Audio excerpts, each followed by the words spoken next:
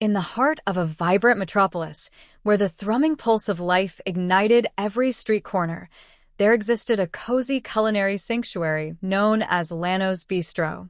This beloved restaurant was not just an establishment, it was a cherished experience, where every meal was more than just food. It was a delightful tale woven with flavors, herbs, and spices. Michael Echano, the visionary behind the restaurant, had poured his heart and soul into creating a haven for food lovers, transforming simple ingredients into life-altering experiences. However, as the years blurred into a steady routine of glowing reviews and satisfied customers, a nagging sensation took root in Michael's mind. Something felt off, an unsettling discontent nestled deep within his heart. On the surface, Lano's Bistro thrived. Sales were steady, dinners were packed, and his loyal staff seemed content. Yet an unshakable belief crept over him like a persistent fog. He was losing touch with the very essence that made the bistro special.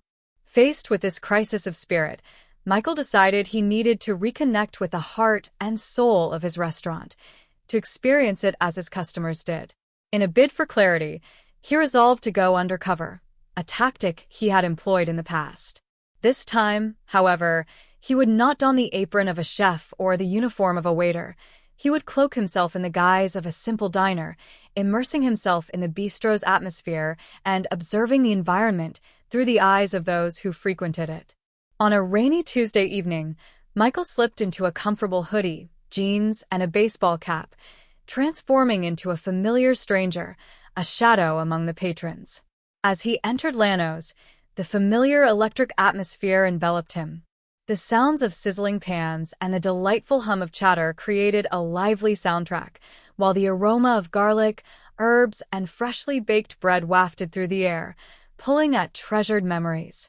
He settled into a booth at the back, a strategic spot that allowed him to observe without drawing attention. As Michael glanced around, he couldn't help but notice the meticulous choreography of his staff, their movements fluid like a well-rehearsed dance, each member contributing to the seamless rhythm of the restaurant. But as he sipped on his water, his attention was drawn to a hushed conversation emanating from the booth behind him. Two boys, likely no older than 15, spoke in soft, urgent tones. Michael subsequently realized they were attempting to keep their discussion secluded. The gravity of their words piqued his curiosity. What could be so distressing that they felt compelled to whisper? Sam, the first boy, leaned in closer to his companion, his brow knitted with anxiety. "Do you think we'll even see him tonight?" Michael's heart raced, intrigued by the mention of him. "Who were they searching for?" The second boy, Max, replied, his voice laced with bitterness. "Mom said he comes here all the time. She said he wouldn't hide." Michael's pulse quickened. His instincts told him this was not an innocuous conversation. The weight behind the boy's words hung heavy in the air, warning of deeper issues at play. "He's the reason everything went wrong," Sam spat out, sending an icy shiver down Michael's spine. Questions bombarded Michael's mind. What could they possibly mean? The weight of pain reflected in their voices was unmistakable, and he was desperate to know more. His ears perked up as they continued sharing their grievances, their hurt palpable. "She said if it weren't for him, we wouldn't be living like this," Sam lamented, his tone filled with resentment that pinned a blade of guilt against Michael's chest. Just then, the waitress returned, interrupting the stream of turbulent thoughts swirling within him. With practiced grace, she took his order for the house special, while he feigned interest in the menu. His mind remained engulfed, spiraling through the conversation behind him. Who were these boys? What had transpired? The urgency to know burned bright, flooding his logic with fear. With a quick, stealthy movement, Michael leaned slightly to the side to catch more of their exchange. "He won't care, will he?" Sam mused, voice escaping in a near whisper, yet laced with palpable injuries. "Why would he?" Max scoffed, a wave of hurt surfacing in his voice. "I just want to know why he did it. I want to see the guy who ruined everything." A jolt crashed over Michael, igniting a rush of adrenaline in his veins as the gravity of their statements resonated with every fiber of his being. They weighed heavily on his conscience, The raw pain and anger spoke volumes about the situation he had never anticipated being part of. The waitress returned again, and as she took away the remnants of his appetizers, Michael struggled to maintain composure. He realized this was no longer about a meal. The stakes were immeasurable, intertwined with his past mistakes. He had played a significant role in another's downfall, and it was time to confront that truth. With determination surging through him, Michael made a spontaneous decision. He stood up, his heart pounding fiercely in his chest, and made his way towards the boys' booth. He sensed their wariness, felt the tension in the air. "Hey, are you two okay?" he asked, adopting a nonchalant tone, though his insides churned. "You seem a little uneasy." The boy in the hoodie shot him a glare that could have frozen fire. "We're fine," he asserted sharply. Michael nodded, understanding there was more to this than they were willing to share. "I couldn't help but overhear. Are you looking for someone?" he pressed, choosing his words carefully to instigate dialogue without pushing them too far. Max exchanged a nervous glance with Sam, uncertain of how much to reveal. "Why do you care?" came the hostile reply from Sam. This could go sideways quickly, Michael thought. "Well, if you're looking for someone, I might be able to help." All at once, Sam's eyes widened in recognition, dawning disbelief, washing over him like a wave. "Wait a second, you look familiar." Michael forced a laugh, part nerves and part goodwill. "A lot of people say that." "I must have one of those faces," he replied, but dread gnawed at him from the inside. "No," Sam shot back, voice realizing the truth before he did. "You're him. You're Michael Luciano." Michael's breath caught in his throat, realization setting in like an anchor weighing down his conscience. "Yes," he replied quietly. "I'm Michael Luciano." "How do you know who I am?" he pressed, the knot in his stomach tightening. "It's because of what you did to our mom," Sam retorted, his anger and pain spilling forth. The ground beneath Michael felt as though it might swallow him whole. "Your mom." "Angela Carter," he stammered, the name stirring memories long buried. Angela had been a celebrated chef at Lano's Bistro, one of the brightest stars in the culinary universe he had cultivated. But she had left suddenly, without a word, leaving Michael grappling with confusion over her departure. And now this. This confrontation cut deeper than any knife could slice. As the truth radiated from Sam and Max's words, Michael felt the weight of the past heavy on his heart. "What happened to her?" he asked, searching their eyes for answers he feared would shatter him. "She gave everything to your restaurant," Max said through gritted teeth. "And what did you do?" "You stole from her. You took her recipes and made sure no one would hire her again after she left. She told us everything."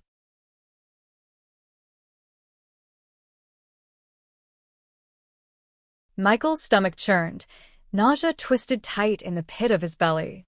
"That's not true," he stammered, though even he could tell his voice wavered with uncertainty. "Why would she say that?"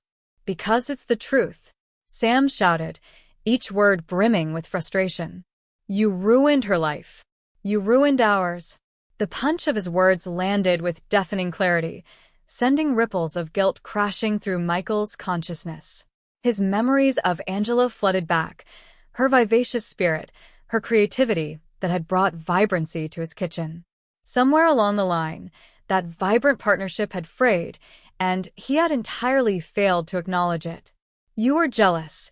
You couldn't stand the idea of someone else getting credit," Max said quietly, the hurt evident in his gaze. Michael's mind spiraled, a whirlwind of confusion and guilt raging inside him.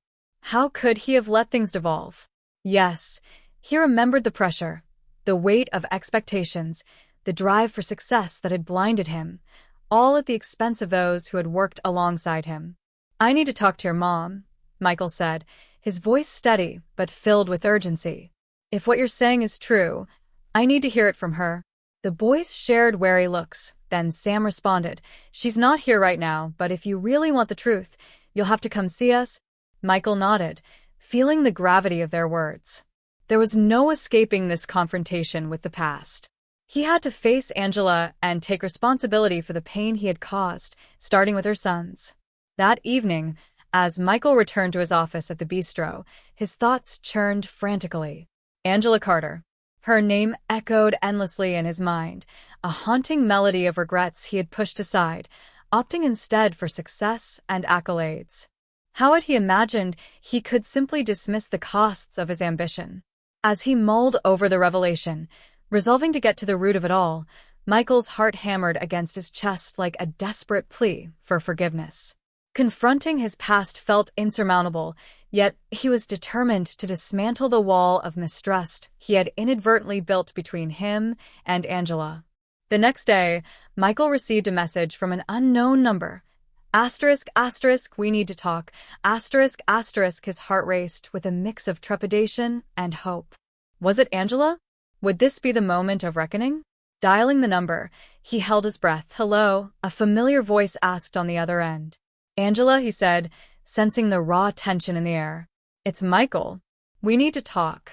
There was a pregnant pause before she spoke, her voice cold, yet layered with years of untold trauma. You've had years to think about what you did, Michael. Now it's my turn to speak. The conversation unfolded with raw honesty that both frightened and freed him. Angela laid bare the weight of her pain, how he had stolen her ideas, her recipes, her chance to build a career. The realization crushed him. He had never recognized the depth of his betrayal before now. I never meant for it to go this way, Michael murmured, his voice thick with guilt. I thought I was doing what was best for the bistro, for us. But looking back, I see now, I was selfish. Angela's response was sharp, yet sadness seeped through her words. It's too late for apologies, Michael. If you really want to make this right, you'll have to face what you've done and face my sons. The enormity of her words washed over him like a flood, and he knew he could no longer stand on the sidelines of his own life. There was a chance here, a sliver of hope, and he had to take it.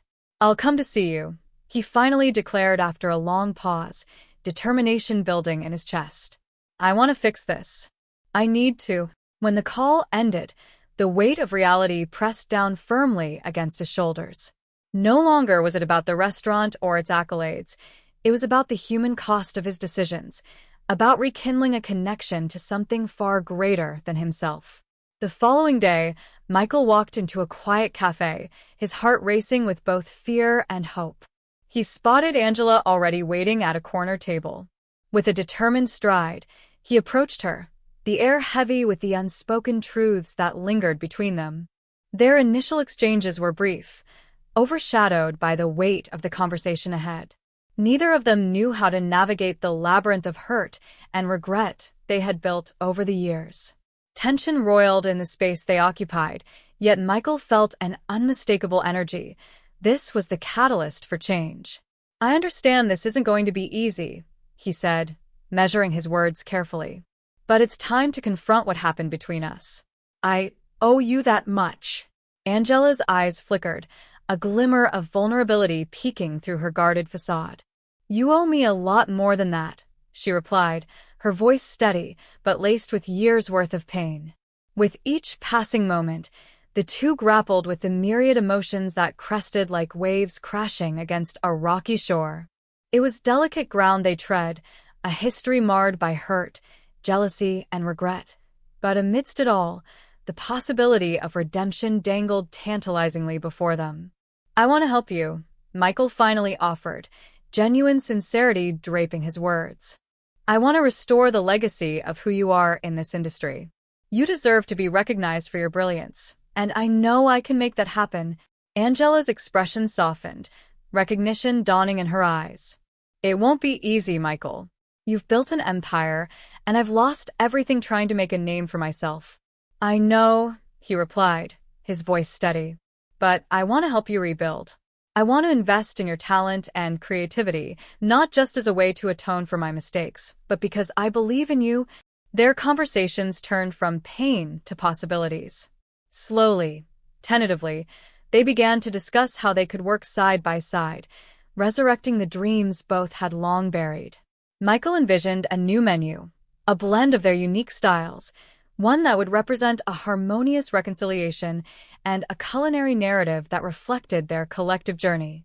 Angela hesitated at first, guarded by the memories of sorrow entwined with Michael's name. But the hope he offered stirred something deep within her, igniting a flicker of belief that perhaps, just perhaps, they could reclaim the sparks of their creativity. Over the next few weeks, as Michael extended not only his apologies but his plans for the future, the pair wrestled with their shared ambitions.